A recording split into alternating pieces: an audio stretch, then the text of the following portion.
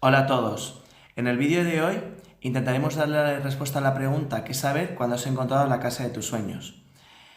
En el vídeo anterior empezamos a hablar sobre qué debíais saber para comprar una vivienda, una de las cuestiones más complejas para cualquier cliente. En este segundo vídeo intentaremos desgranar las preguntas que debéis haceros una vez hayáis encontrado la casa que siempre habéis querido. Muchas veces las cuestiones siguientes no se abordan hasta que viene el momento de la firma del contrato.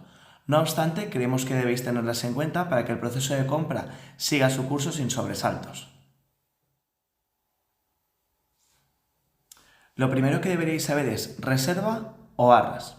Aunque muchas veces se habla de lo mismo, son dos conceptos diferentes con implicaciones distintas para las partes.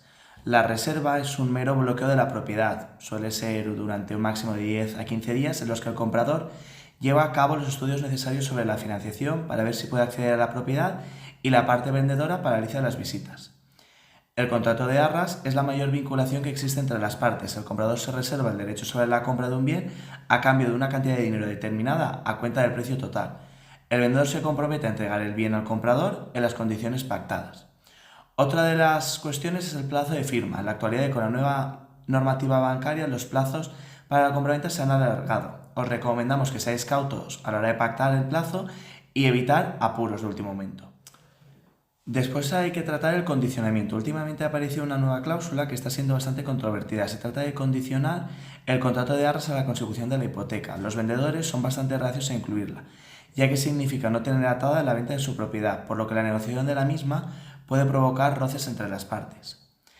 Después está el tema de los suministros. Tener al día el pago de suministros es algo que debéis aseguraros que esté correcto. Nadie quiere entrar a una vivienda y no tener luz o agua.